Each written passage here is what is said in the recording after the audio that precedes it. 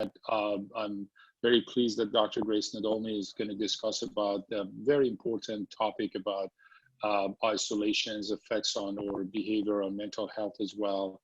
I just want to add some quick things because I'm just going to leave this meeting at the middle because I just found that I have a consult patients that I need to do with the Stanford.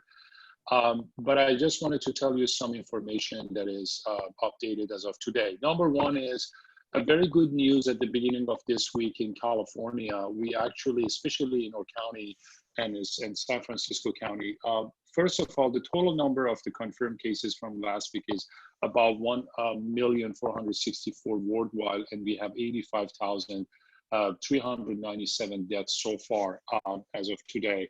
In California, we have a total of 15,865 and 374 deaths has been reported. In Santa Clara County, we have total cases of 1,380.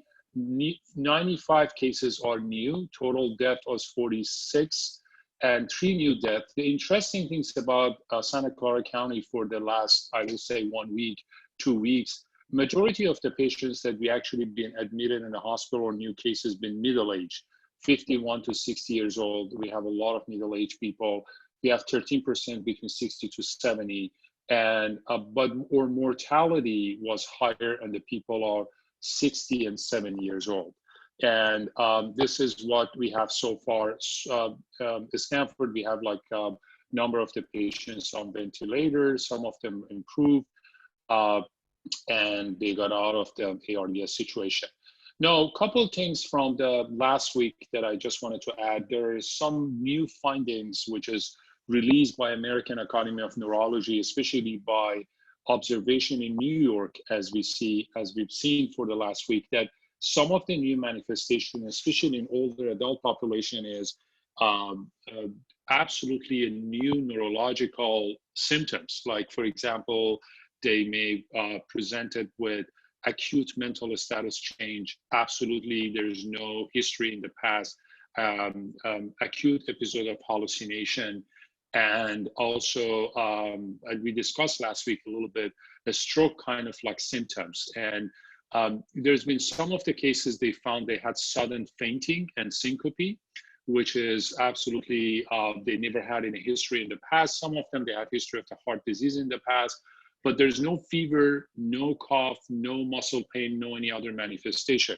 This is why American Academy of Neurology made this a statement that anyone that we see with the new symptoms, like again, change of mental status, acute confusion, again, I'm emphasizing again, acute confusion. Anybody we see these days that suddenly is starting to have hallucination, or worsening of hallucination, we should think about possibility of COVID-19 positive, and we test them. And this is not like this even the last week. Like, for example, I wanted to say, if you have a loved one with dementia and suddenly has acute delirium and change of mental status, especially if the one living in memory care facilities, we just need to pay attention and make sure that they're not COVID-19 positive. Number two things that we've seen, sadly, for the last days, I know the numbers actually is really doing well in Santa Clara County. We actually have more spaces in the hospital right now because we prepare for the surge. We're not expecting the surge going to happen at the number that we were expecting before. I think that what happened is actually the surge going to happen sooner. And we are seeing actually very good lights actually in this area. And the reason that Santa Clara and California, even Santa Clara made the sheltering earlier than Los Angeles. As you probably know, Los Angeles is not doing well. Majority of the mortality we have is actually in Southern California. But the thing is, the only bad things that is happening for the last days that we have new cases in a skilled nursing home. And that's one of their big, again, fear that happened, unfortunately, in many skilled nursing home in East Bay, some of them in Hayward. We have some of the cases now in Santa Clara County. Majority of the cases infected through the house worker, I mean the CNAs and nurses, and they've been asymptomatic. They didn't have any symptoms, and they actually shedding the virus and makes the other people to be infected. We are closely monitoring the nursing home situation. It's kind of like a little bit scary for us in this field We're trying to provide anything we can as appropriate PPEs and other stuff. We're hoping to discuss with hospitals in the next days, because now they are seeing that they have less surge and they have enough PPEs, if they're able to deliver some of this stuff to senior care facilities and also skilled nursing home in order to make a balance. Because we all worry about it, if the skilled nursing homes, they're all getting infected, then we have a lot of patients going to be transferred to the hospital, and the hospital is going to be overwhelmed with that situation. These are the only things changed for the last, I will say, 5 days from our last meeting till today. There's no any new development on the treatment. All of the investigations and the study has been running. There are really not, I will say, any confirmations as far as like any of the medication has worked or not worked. Honestly, all of them, they're still not in a very strong controlled trial right now, but there are a lot of them in the phase 3 and they're working on it. But again, one thing that we see, that we also see some improvement, because what happened from the last weeks till today, the people in the hospital and we are in acute care also, we develop more experience to how to fight with this disease as well. This is why we see a little bit better of improvement of the patient cares as well. And we're hoping that we're gonna end up this pandemic. I'm not saying soon, because pandemia is not gonna happen. Still a lot of countries are growing the number, but I think at least for our local area, we're hoping that we actually gonna pass this surge right now. The only worrisome is gonna be after we're gonna remove the shelter in, what's gonna happen to the community. My suggestion to every single of you, that it still needs to be cautious for the next months, and do not jump suddenly to just engaging in the social events or something like that. We still have to be very careful for the next months, and then gradually be able to, whenever we find that there's less cases to be involved, then we can actually go and make it to be easier for other community. Yeah, I'm just gonna stop it here, and thanks to Emily and Paula for this opportunity, and I hope that I join next week as well, and next Wednesday, and with some more conversation. And again, if there's any comments and questions, please feel free to share, even if I'm not going to be today. Again, Paula and Emily will forward the questions to me, and we can actually discuss on our next week conversation as well. All right, thank you so much, Dr. Ayati. And my understanding is that he will be with us throughout the month to share most up-to-date information. So thank you. Absolutely, you're welcome. My pleasure, thank you. And at this time, I want to introduce our main speaker, who is Dr. Grace Nadolny. Dr. Nadolny is board certified in geriatric adult psychiatry and geriatric psychiatry. She specializes in treating adults over the age of 55 who have psychiatric conditions complicated by medical issues or dementia.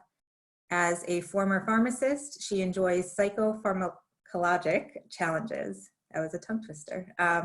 So we are really pleased to have her expertise. And when she and I were talking and setting up the presentation, we talked about how this could be a day-long program. So she's trying to take the highlights, condense it into about 45 minutes. And at 12:15, as I noted, we will open it up to questions that she will try to address at that time. So I'm going to turn it over to Dr. Nadolny, and she is going to share her screen so that we can take a look at her PowerPoint presentation. Thank you.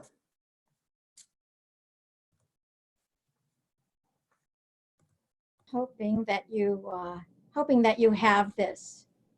Can you see it? Yes, we look like we're good to go. Very good. Thank you so much. Well, I want to just say that I'm absolutely honored and delighted to join you for this most important opportunity to talk about what's happening in our community and in our world. So today we're faced with a new burden both to the physical and mental health of older adults, which is the COVID-19 coronavirus. And unfortunately, the necessary shelter in place and other mandates of social isolation and other guidelines that are being imposed here and across the country is helping. It is helping to reduce the rate of infection and transmission, but it also has a lot of unintended behavioral consequences. And I'm learning that it's really adding to a societal problem that's already a pandemic and concurrently demands our attention. And that's the pandemic of loneliness. We do know that, let's see if my screen advances. We'll talk about it some more. Here we go.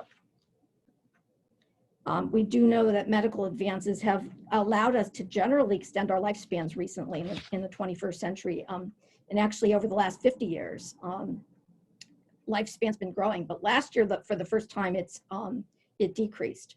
And that was attributed to the pandemic of loneliness. If you're 65 this year, the average person would live to about 85.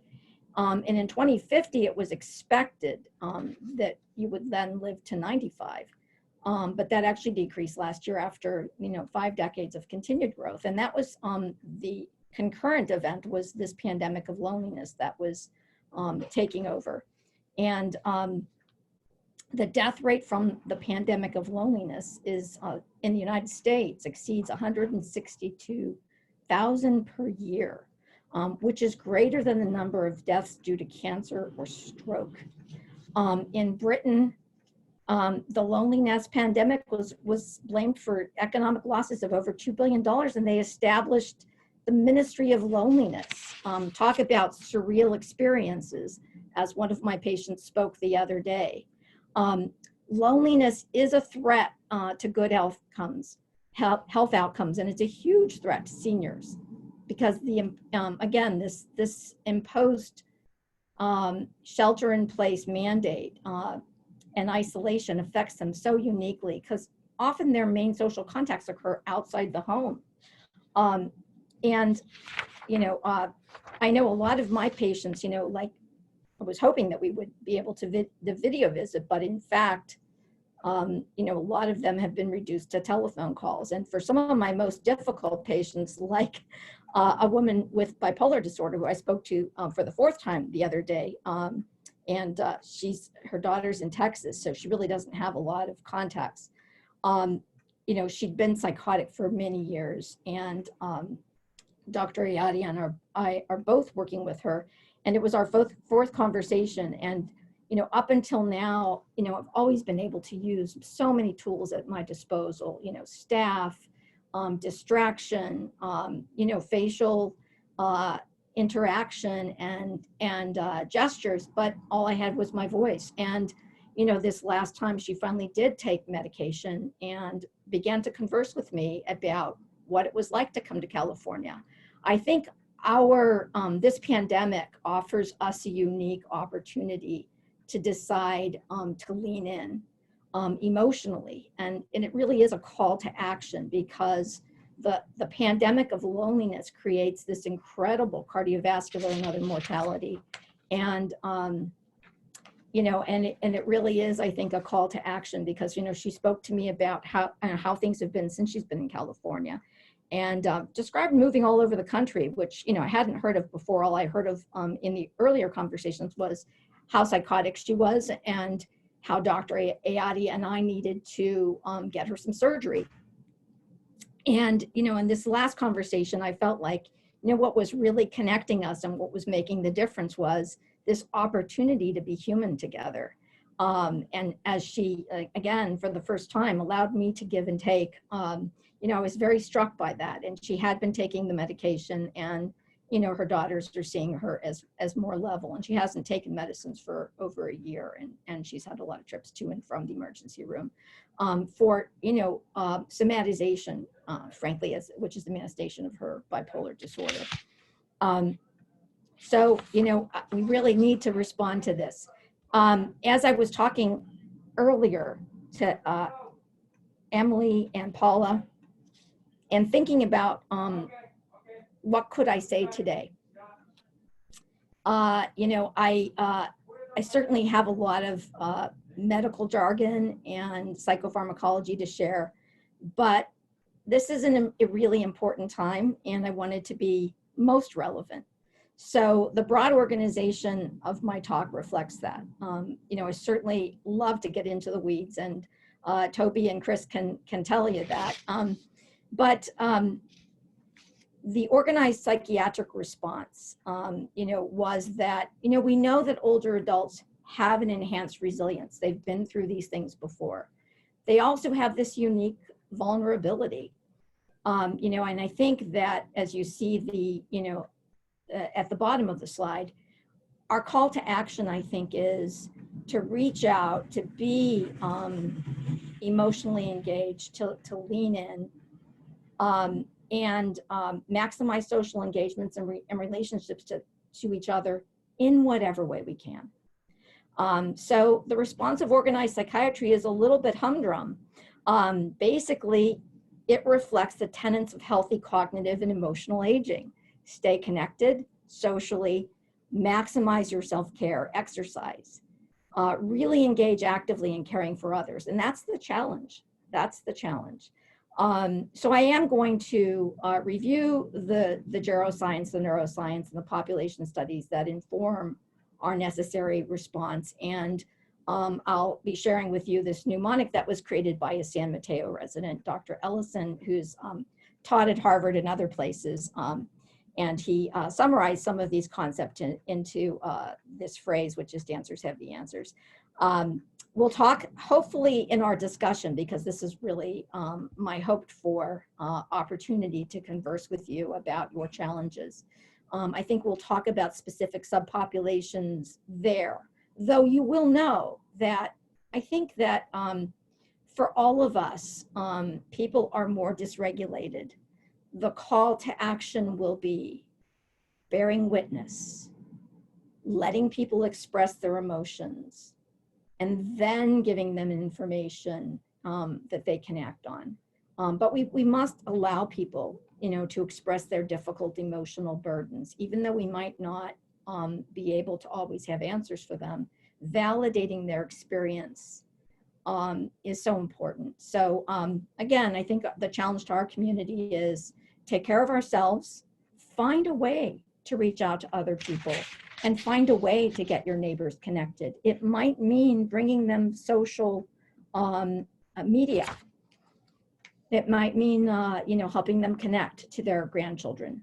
So the poll that was taken by the American Psychiatric Association recently that I think reflects, again, organized psychiatry's attempt to respond. They said, the mental health of and well-being of all Americans is that they're feeling anxious, especially for their loved ones. And they thought that the older adults are less anxious. And probably because older adults have faced so many challenges already. But I also think that there are so many of adults transitioning from one situation to another, from one illness to another, that they remain so vulnerable despite their resilience. And we need to be aware of that. Emotionally, of course, that as a result of inflammaging, we may be more vulnerable in lots of other ways as well. So what did the poll say? Well, the poll said, basically Americans have an adjustment disorder with anxious features. 40% of them are worrying about themselves, 60% of them are worried about their loved ones, 30% increase in prescriptions, new prescriptions for anti-anxiety meds, and 100% increase in asthma and COPD meds nationally. And that's thought to be, at least by organized psychiatry, possibly more conversion, projection, and anxiety than it is real need. So, if you're an American that feels pretty anxious, may have a little disrupted sleep or feel a little bit more emotional or discombobulated, you may have some clashes with your family or housemates, you're normal. An adjustment disorder causes significant emotional distress. Its onset is within 3 months of a known stressor, which is, the coronavirus, sheltering in place, being cooped up, not being able to manage your normal routine, and living with a great deal of uncertainty. And the other aspect of this kind of disorder is that it may affect it may cause, significant distress and cause some marked dysfunction. As those of you, many of you know, because I see a lot of familiar names here, that more significant effects on function are seen in more severe disorders, but in an adjustment disorder, you will have a marked effect on function. So how to respond? Be self-compassionate. I've given a lot of my patients the one more thing, which is the Rick Hansen book. Validate others' expressed emotions, bear witness to their struggles, give people information, limit your dose of daily news, make sure it's reliable, and take it 1 week at a time. Try, to plan a purpose for the week. And most importantly, be aware of your thoughts, but don't engage in lots of thought distortions and fortune tellings, because that ramps up the anxiety even further. And do cope ahead. Plan for downtime, plan to be productive, because that makes a big difference in brain chemistry. Learn a new skill, work on relationship, and use this kind of expected, anxious, and maybe negative energy as rocket fuel.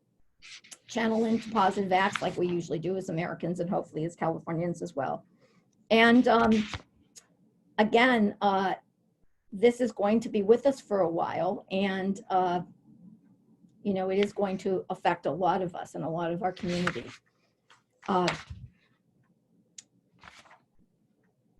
Moving on, I think I've missed a few slides here, but the new pandemic of loneliness is basically reflected in the higher rates of suicide, and that's thought to be, again, these are kind of facets of the bigger picture, parts of the elephant, if you will. The opioid, use disorder and the deaths related to opioids, the suicide rates have been rising, as I said, and this is thought to reflect, again, people being disconnected, mores changing, and increasing use of technology, and feeling less, again, intimately connected in our lives. And so again, it's thought that, the loneliness pandemic and all of this fallout will continue and increase. We know that the population of geriatrics is growing. It's about 15% worldwide. And, again, more seniors with mental health are living longer, mental health issues are living longer. And we, again, know that a lot of people are having untreated depression. And I know it's particularly in California. A lot of people like their herbs. I am treating a psychologist PhD who texts me about 4 times a day about a new plan for his herbs. And sometimes considers the antidepressants that we had him on a few years ago that helped in a record amount of time. But, again, I need to bear witness to his struggles and understand that he feels that he has more agency when he's adding in these herbs. But I'm always looking up, what might be a significant interaction. So again, loneliness does cause pain. It does cause inflammation. And again, that's about equal to, smoking a pack of cigarettes a day in terms of cardiovascular mortality. So, and what is loneliness? Loneliness is subjective distress, and it results from like a difference between a perceived social relationship and what you desire. It's also a sense of a sensitivity to social pain. It's perceived social isolation, and really, psychiatry is just scratching, the bigger picture here. We're beginning to understand that there are some genetics, there are some hormonal aspects, and there's some brain pathology that may contribute. And again, people have more signal in the brain areas of pain when they're lonely. With all of this sheltering in place and social isolation, we're at risk. So 30% of us, just due to normal aging, will have anxiety disorders, about 20% depression. And as I think I might have stated earlier, if we don't make any changes, those kinds of disorders, if they're untreated and we don't, as I said, make social, biopsychosocial modifications, more likely to accelerate brain aging, inflammaging, and earlier death. And my area of focus has been dementia. I spent the first few decades of my career treating significantly cognitively impaired people and running inpatient units in 5 different places. So it's been really a wonderful and kind of passionate calling for me to be able to intently understand and try to make a difference in, when people are at the cusp, when we're developing psychiatric disorders in later life, or if people have poorly managed psychiatric disorders in later life. Because I know that those folks have an increased vulnerability to earlier dementia, and that would significantly decrease their quality of life in the long run. So we all have to consider ourselves as being at risk. And again, what is brain healthy is healthy emotionally and healthy for us in the psychosocial realm as well. So again, hearkening back to the general tenets of geriatrics, a brain healthy lifestyle does develop resilience, and it limits the accelerated brain aging that can occur from this stress. So again, taking some action, activating, can make a difference. And we'll talk about how to do that, in terms of self-care.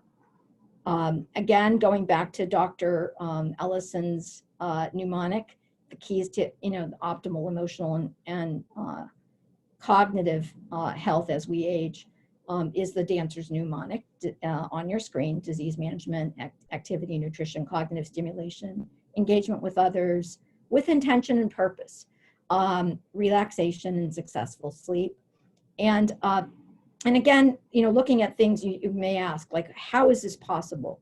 Well, the circuits are very interesting. Like when you look at engagement with others, there is a little, I like to think of it as a cellular button in your, and this is really, doesn't do justice to the science, but we have a relevancy kind of tune in for all of us that it's uniquely important to you. So engagement is, I like to dance and I might go to learn another form of dance. Or you love pets and you might go to volunteer to take care of pets. And of course, these are things that we wouldn't do in this immediate moment. But it's about what's relevant to you. And as you take action for that which is relevant, you're really, if you will, myelinating that circuit through your frontal cortex and reinforcing a lot of brain activity. So that's why it's so important that we be engaged, and ideally with others. So that's the, I think the other call to action here in terms of taking care of ourselves, because we are idled. We have to adapt. We've got to find a new way to optimize our health going forward, even though we're going to be have these wavelets of being stuck in place. And we'll talk about, some ideas about that. In terms of back to Dr. Ellison's mnemonic, disease management needs to be optimal. And we're talking about all diseases. I'm not going to go into the cardiovascular and brain manifestations of the most important ones, but you know what they are. They're sleep apnea, they are blood pressure, blood glucose, high lipids. Because you don't have structure in your day doesn't mean that your medicine should go away. They're there for a reason. And even if you're not seeing your doctor every 3 months to reinforce the fact that these medicines are relevant and need to be managed, I'm just gonna say, that there's a huge amount of science behind this. And with respect to elders for disease management, the most important thing with blood pressure and blood glucose is not over control. Because over control is the bigger problem for seniors, is that sometimes, their weight might change, et cetera, and we see this a lot in psychiatry. So be mindful of what's appropriate, with disease management, but do honor your body and the identified needs, even if your doctors aren't telling you this every month or two. We'll go through the others pretty quickly. I'm going to focus mainly on managing psychiatric illnesses, and then we'll talk, in later slides about, specific responses to others with psychiatric illness at this time. So just the biggest ones are anxiety disorder and depression. And again, why are these things important? We need to manage all illnesses, and we need to manage psychiatric illnesses with a biopsychosocial approach, because again, we're looking at later life quality and function. So anxiety disorder, if untreated, it does lead to accelerated brain aging and depression and dementia. And this is based on 20 meta-analytic studies. And the mechanism is medial temporal lobe atrophy. So being anxious is okay. We're all going to be anxious, but, channel it, express it, and channel it. If you talk about it nonstop, things will become a self-fulfilling prophecy if you become catastrophic. But, do channel and honor, the emotions that you have. The depression, also, if untreated, can cause a lot of brain impairment. And this is where, my patients have heard a lot from me about, what does the literature say? It does say if you have depression, you should be on your antidepressant for 6 months to a year after you've returned to normal. Otherwise, you end up having a hypercortisolemia, because we know depression is an inflammatory condition. It downregulates, if untreated, downregulates brain-derived neurotrophic factor, which grows brain cells. And in fact, with SSRIs in the elderly, they had a unique ability to stave off impending dementia in some studies, in the MCI progression study. And again, the message, the main message that I have is an unrelenting mental stress of depression or severe anxiety. Again, severe, so it's not all comers. Leads to inflammation and ultimately brain volume loss. And they represent a chronic, these conditions like the depression, anxiety, as you see the cycle between your brain and other organs. The chronic stress that they cause causes a cascade of basically immune, as you see that big red arrow and the big inflammatory cytokines. A big release of that. And those things ultimately inflame the brain, and they also, decrease our resistance to illnesses. And, if we don't, again, don't treat depression adequately, we know that you end up with hippocampal erosion, and you see that in the prefrontal cortex, the arrow there. Again, if you have untreated, unrelenting stress, you get chronically high cortisol, which actually, as I said, erodes, kind of, and again, this is an overstatement, but if you will, erodes the frontal cortex and reduces neurogenesis. And so then people have what they used to call the pseudo-dementia of depression when they're disorganized, et cetera. Again, if we live with unrelenting stress, if we don't find a way to channel it. And again, that's, what I think the main message is today. We don't want to cause inflammaging because we're stuck at home. So don't do that. Don't go there. Go to the park, talk to your friends, join a chat group, join the Avenidas groups, join our group, but act. Volunteer if you can in small bits and pieces. This slide is self-explanatory, and I'm going to basically go pretty quickly through the rest of these so we can have questions.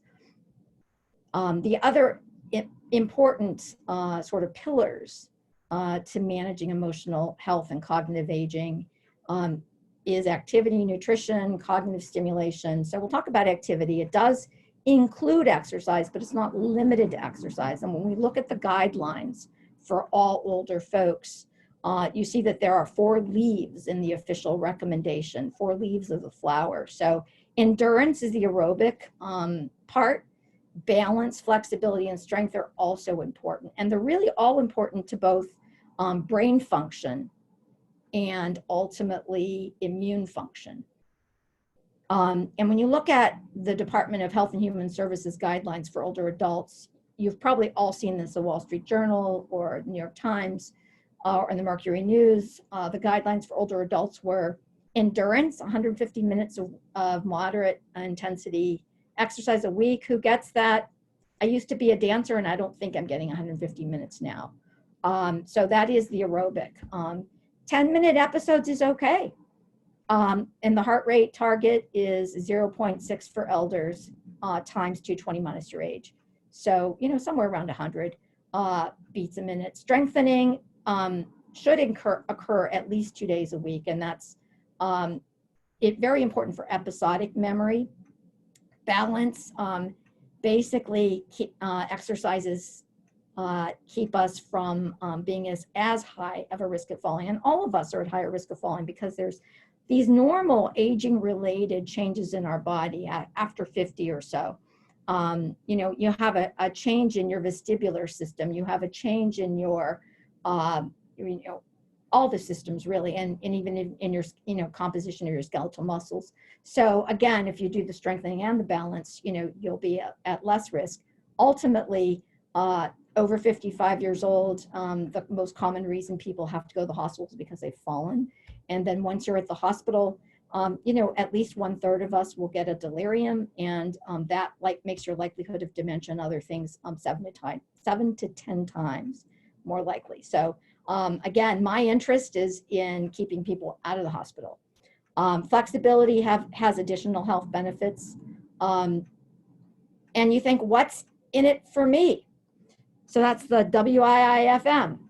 The benefits of exercise. In the short term, it does improve mood, and it's used as a treatment for mild and anxiety and mood disorder.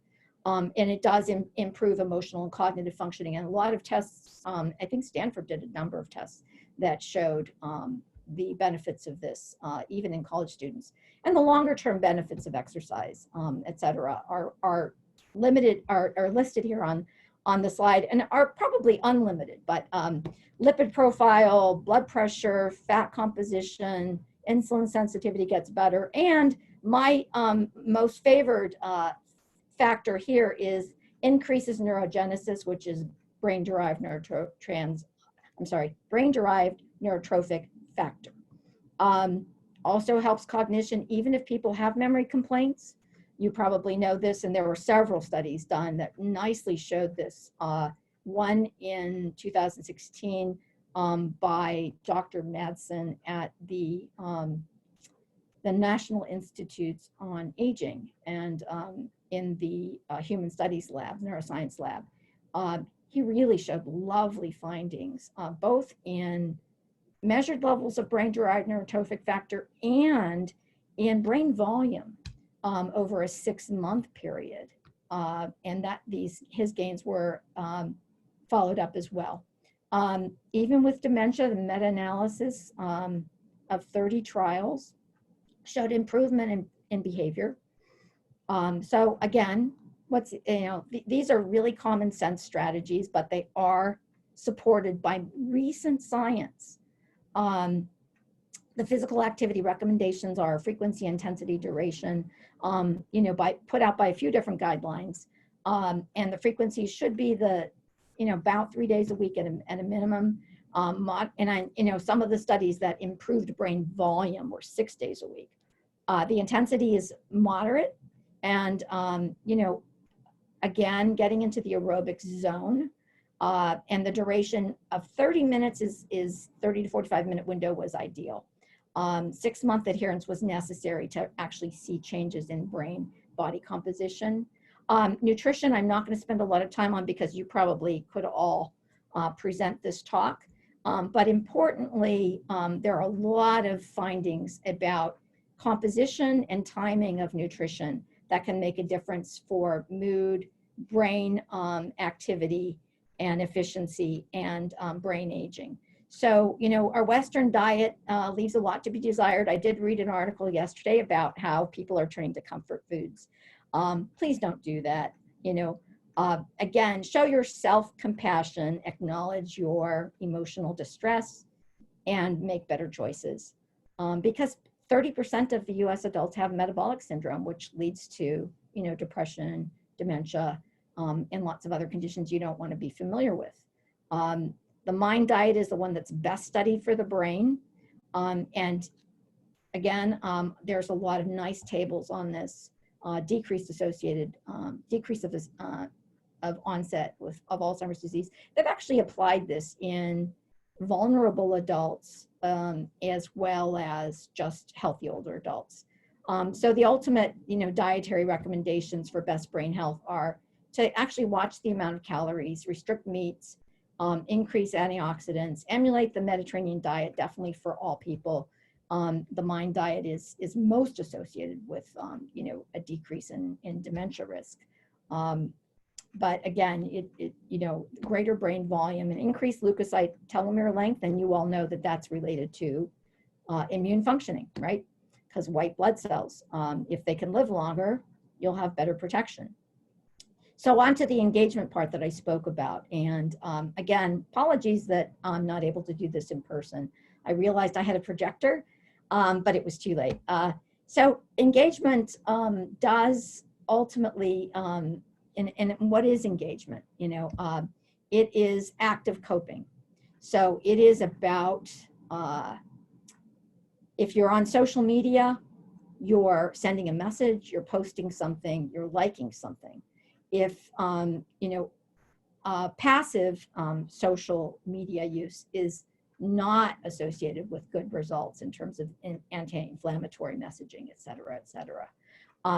So again, engagement helps because there are ultimately decrease in the sympathetic nervous system, lower stress hormones, and sleep is better. So definitely being active in whatever ways you can. And it's rare that I have a chance to kind of say something really, I'm not a bragging parent anymore, but my daughter came home from Harvard Business School 4 weeks ago. It was right before, any of the mandates were put in place. And, it was just kind of this vague uncertainty about what was happening in Italy. And when she was leaving home, she said to me, I just want to do something. I know in World War II, they let people, train as nurses. I think I'd be pretty good with IVs. I don't know about intubation. And I said, what can you do in your neighborhood? And here we are 3 weeks later, and she's got grown. When I first talked to her, it was 12 people. Now she has 1,200, and it was growing towards 1,500. And at first it was her and some of her Harvard Business School friends, some of them engineers, some of them doctors, et cetera. And they're running some errands, and they have a central command center, and they can take 2 hours a day to help out the vulnerable, the immunocompromised. And so ultimately, I think this is what we want to be. When times get tough, we come together. We all have an important role to play in fighting the spread of COVID-19. So the behavioral strategies of engaging in something that you care about does really improve your emotional and brain functioning. And there are a lot of neurochemical bases for this that I won't go into detail about, but know that you're helping your brain possibly as much or more than you're helping the other person for which you might volunteer or engage in some activity. Again, it's isolation, which is the opposite of engagement. It increases risk factors for cancer. It does impair immune function. It increases inflammation. If you think about the interleukins and all those cytokines, basically when people isolate, and it's thought that this actually has an evolution in anthropologic times. Basically when someone got sick or infected, they would self-isolate and kind of lick their wounds.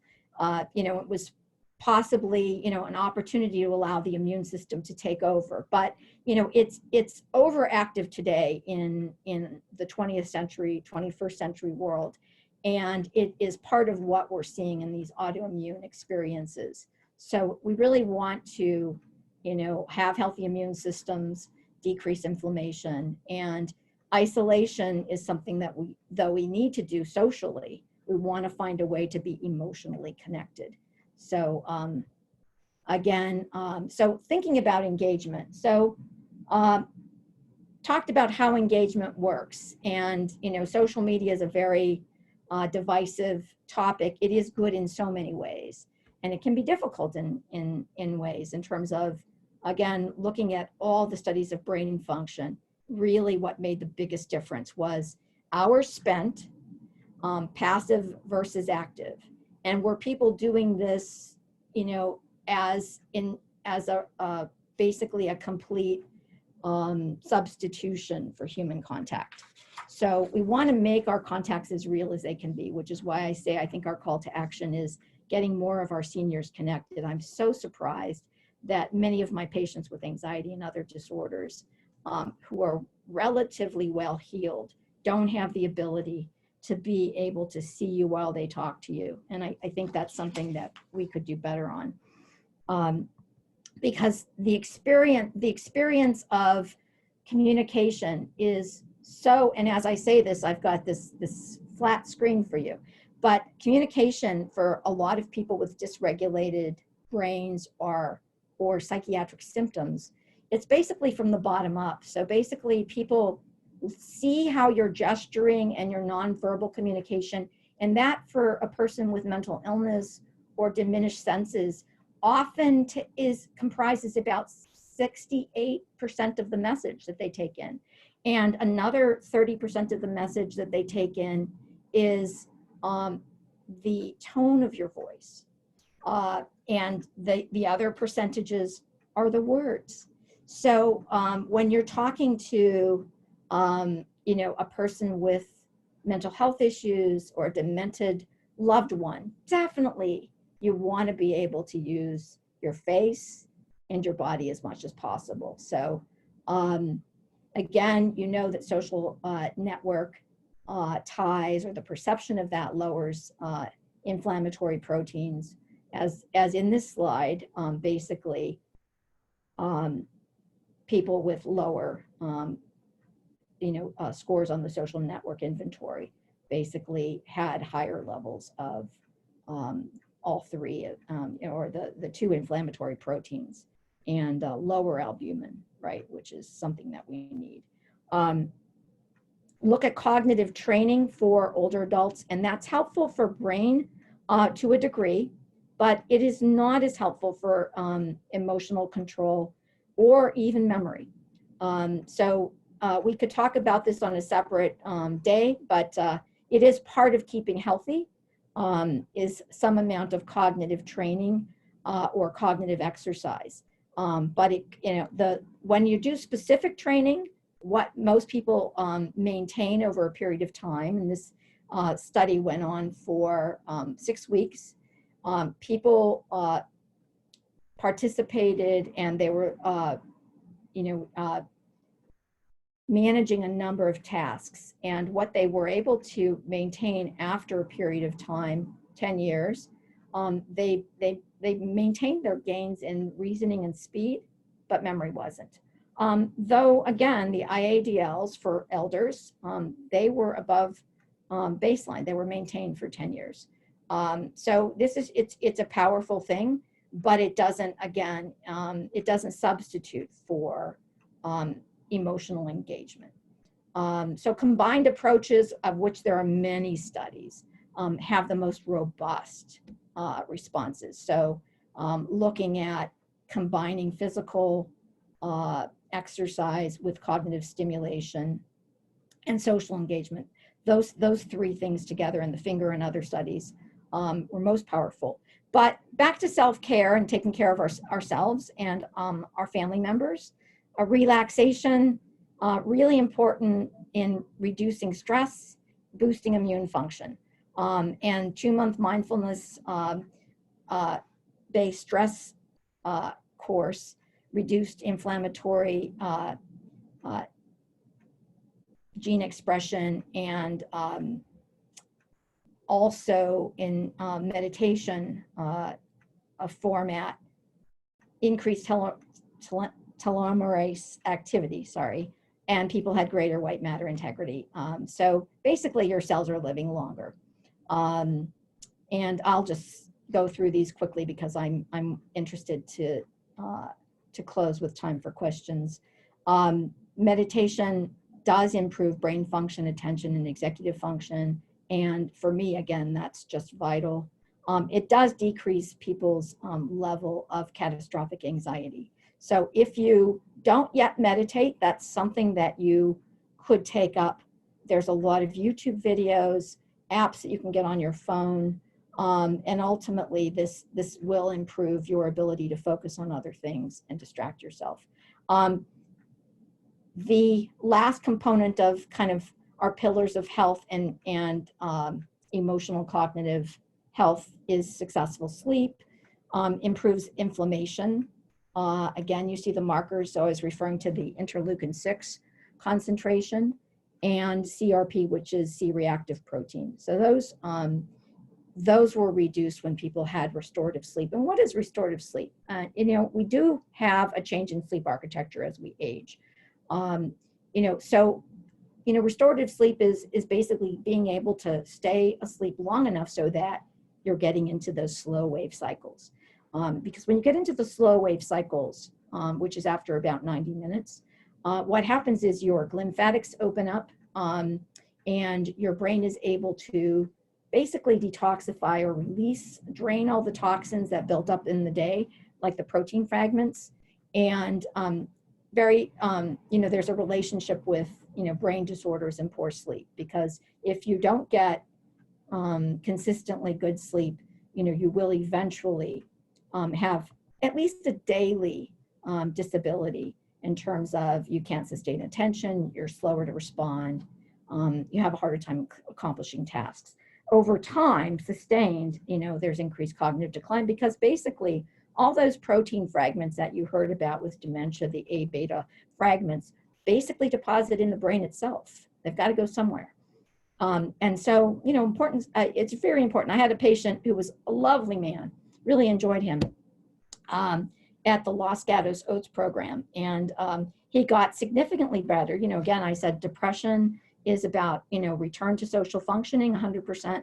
But he continued to wake up at an hour after he fell asleep, and would be up either eating or reading or something. But it was like clockwork. And I said to him, well, we will need to do a sleep study if this doesn't improve as your depression improves. And his depression improved.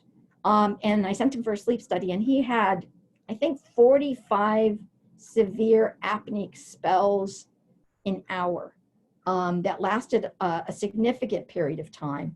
And he, he's now on a sleep apnea mask, and now he's in remission. He's been in remission for several years. He's had to go back on a small dose of Cymbalta. And he's really just a delightful man, and said, I thought I was dying. I asked you if you would cure me, and you did, and I just will never forget that. And it's just, he had this one episode of depression that started after a bronchial infection. And he was taken to his couch, and he's like this strapping 6'5" guy who, ran a bunch of divisions at Lockheed and other places, and just totally robust and full of life. And he said he was just so afraid, and he was, nearly psychotic. But again, he had sleep disorder as well, and important not just for his depression, because his depression remitted with appropriate treatment, but for his later cognitive functioning. He was really glad to learn that, he had to, do something about this sleep disorder, or else he would, have cognitive decline. So he's still reading, riding his bike, doing a lot of fun things, managing a number of social clubs. Other consequences of poor sleep: pain, falls, institutionalization, shorter survival. Dementia risk: if basically people had poor sleep versus good sleep, again, we spoke about the A beta level. So in this particular study, there was a night of unrestricted sleep, and it did lower the level in healthy men by 6%. So again, actual studies. And again, we know that there's association between these fragments and cortical thinning. So we want to be able to have that good sleep. So to sleep hygiene, because of course we're all unstructured right now. Sleep, you've heard a lot about this, and there's a lot of handouts on this, but it should be dark, quiet, and cool. Bed should be associated with sleep. You should have enough natural daytime light, so get outside. Routine does help people with their biological clocks. So establishing a regular bedtime and respecting that and setting the alarm clock is what most people need. But some people can just suggest to their brains they want to wake up at a certain time, and they do. Avoid stimulants. Blue screens, not a great idea. And aerobic exercise around bedtime, not as good of an idea. But, you know, if you must, you know, do some relaxation afterwards and some stretching. So basically, you know, brain and healthy lifestyle is an emotionally healthy lifestyle. It decreases cognitive distress, cognitive impairment, emotional distress, and inflammation. And basically engage. So how can we help ourselves concretely? Do structure things, define a purpose, create a legacy of grit. What do we want, you know, our children to remember about how we handled this period? Was it grandma sent them iPads and did FaceTime with them, or had a weekly call, or weekly poetry reading? Construct a gratitude journal, because that will grow the part of your brain devoted to optimism, etc. If you read it out loud, that makes it even bigger. Just like as if you played the violin and you were spending a lot of time doing that, you'd have a big part of your brain kind of dedicated to that. If you feel like you're by yourself with your most terrible script, write self-affirmations. Look in the mirror and say them. Send cards to friends. I mean, you know, be self-compassionate and do care for yourself, because only then can you do good care for others. Only then can you be available to others. If you don't respect yourself, or you don't give yourself any loving kindness, it's going to be hard not to be judgmental with other people. Engage socially. I know a lot of you at Avenidas are really good at this. Chat groups, classes, church, phone calls, schedule walks with friends, maybe 6 feet apart.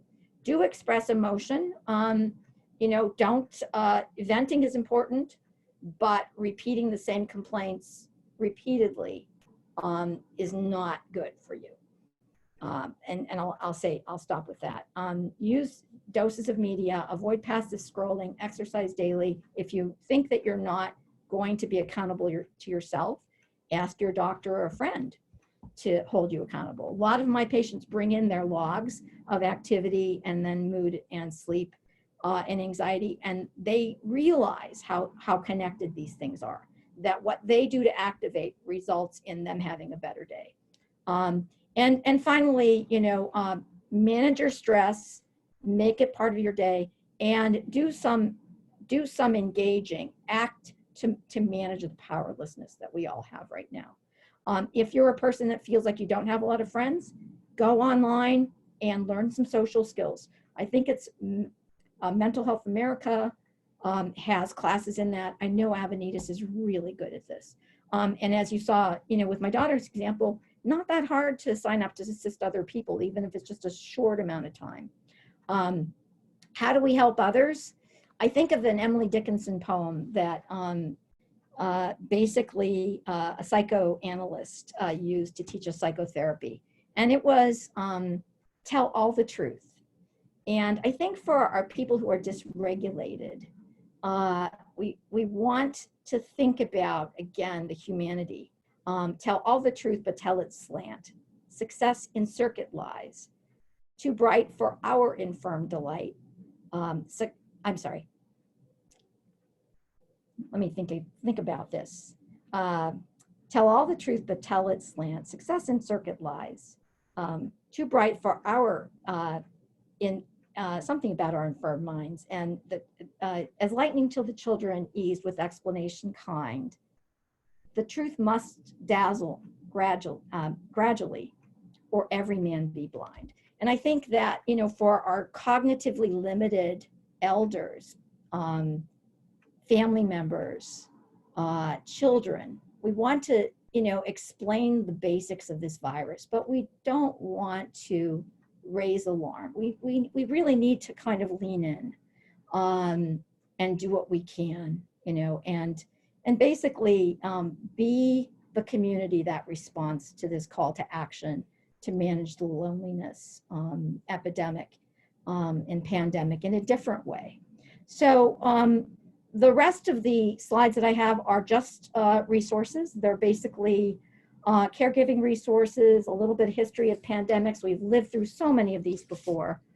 And also, you know, additional aids to guide your healthy self and family care. So I think I'll end with that. You know, Paula said, tell me about a patient. And I'm just going to remind you again, you know, do the biopsychosocial approach for anxiety, which is if you need medicines, take them. You know, use your biology. There's a lot written about tapping into the parasympathetic nervous system and activate.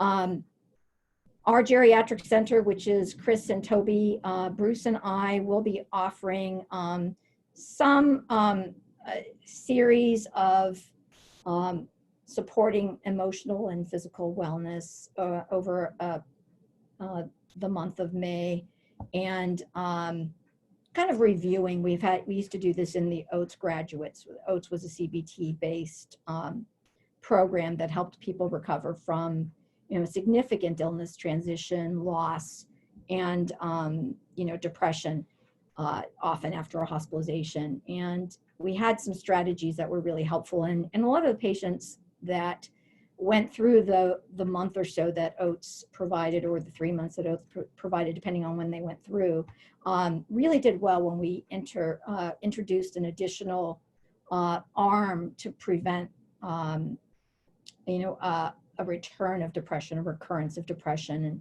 And those folks stayed well and out of the hospital, and they learned to really hardwire some of these skills. So so Chris and I and Toby really love to offer that, and you know, we would be willing to do that for the community as part of our leaning in.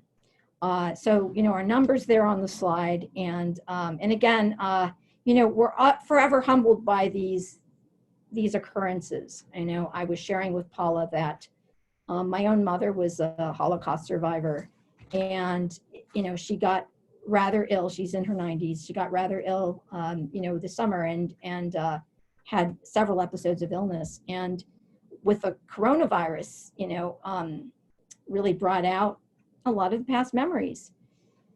And I heard stories about, you know, how many potatoes she dug and how much faster than the other prisoners she could dig.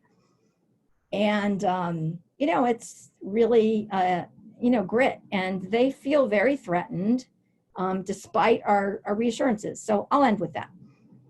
You know, it's everywhere, and we need to take care of each other. So, you know, so keep at it, and thank you. So I will shut the slideshow off and answer questions.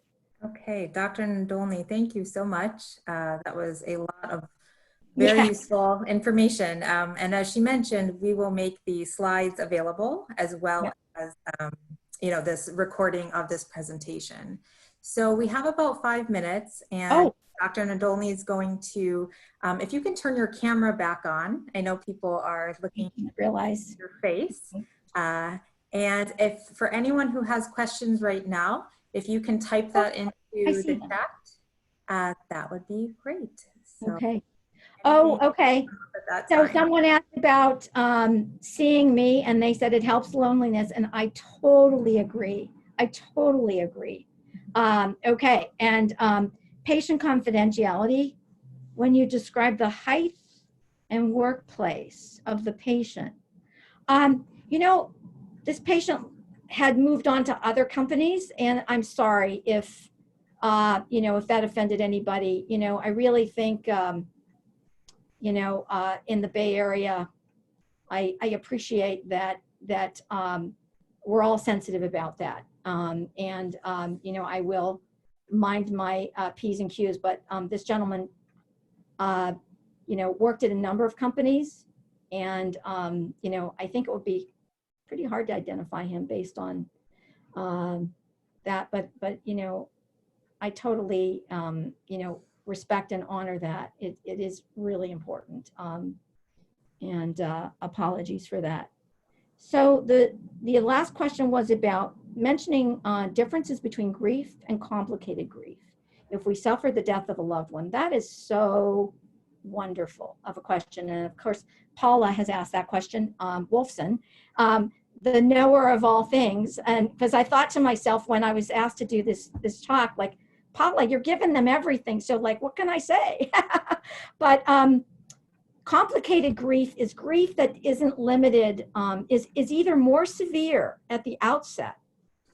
It is so severe that the person jumps into the burial vault, or the person is disorganized and disoriented for more than a few weeks or a few months, is unable to function in other ways after a period of a few months. I think this diagnosis in terms of the psychiatric terminology has undergone a lot of changes, and I think they're going to be adding it to the nomenclature. But historically, it was felt that if it went on for longer than 6 months, it was a major depression. And I think what we have found in psychiatry, again, is in terms of function, which is what we care about, right? Because the longer a person isn't functioning, the more impairment that's going to occur in their circuits over time. Because they're not using their circuits, the more that they're also going to have inflammation that's living in their body, maybe in other organs. So really interested to restore people to function, and as quickly as possible. So the current approach to really complicated grief, which is more severe, either more severe or long-lasting grief, is actually for psychiatrists most often, or their primary care doctors, to actually prescribe an antidepressant. And it won't stop the grieving, of course, but what it may do is it may provide a little bit of a buffer between the extent of the deep emotions, and the person's ability to function, and their sort of ability to be in the present. So I think that, thinking about antidepressants as palliative in that situation is now the current science. Is we do intervene earlier with antidepressants now. They used to let that go on, as I said, for weeks to months. But again, if it's more severe and it's more long lasting, and we might even use other adjuncts. So if someone's unable to get out of a thought script, like, boy, I let my mom down, she was having a hard time breathing, I can't believe I didn't get to her faster. Those kinds of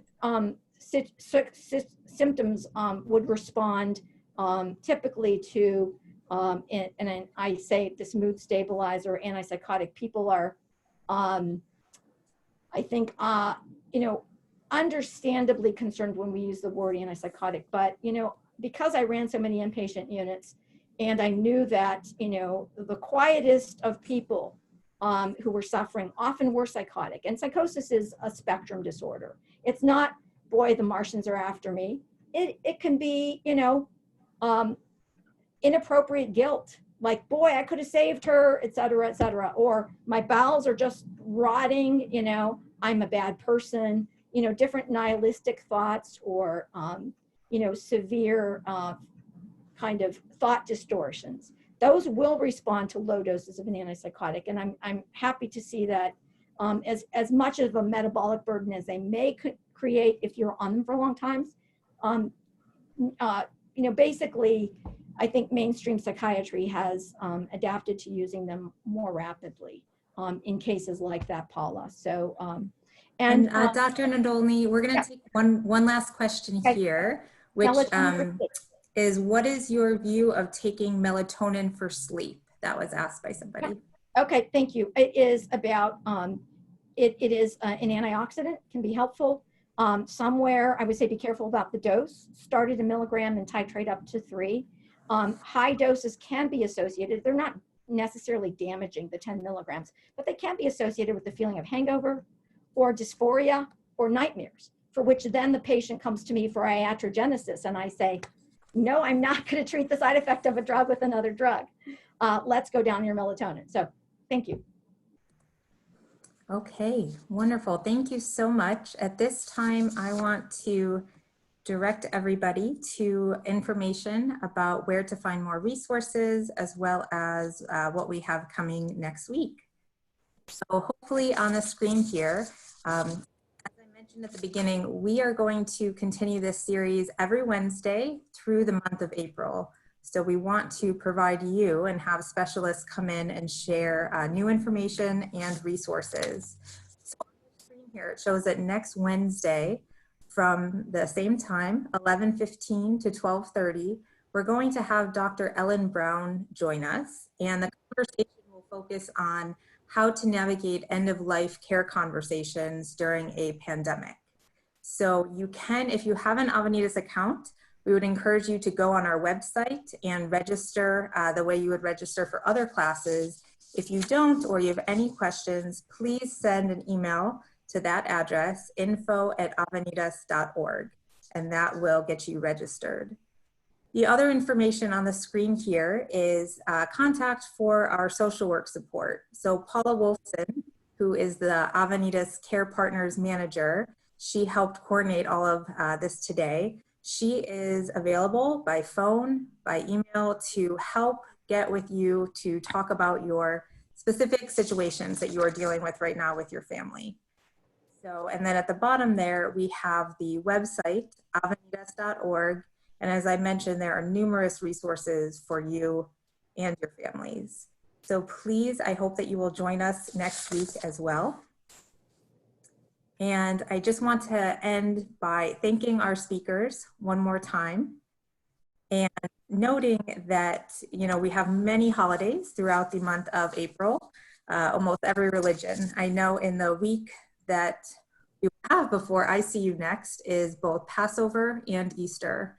So if you are celebrating those holidays, I hope that you are able to connect with your family, your friends, your community in some meaningful way. And I just want to thank you again for taking the time to be here. And from myself, from my colleague Paula, we want to wish you and tell you, may you grow strength to strength. Have a good week, and we will connect soon. Thank you.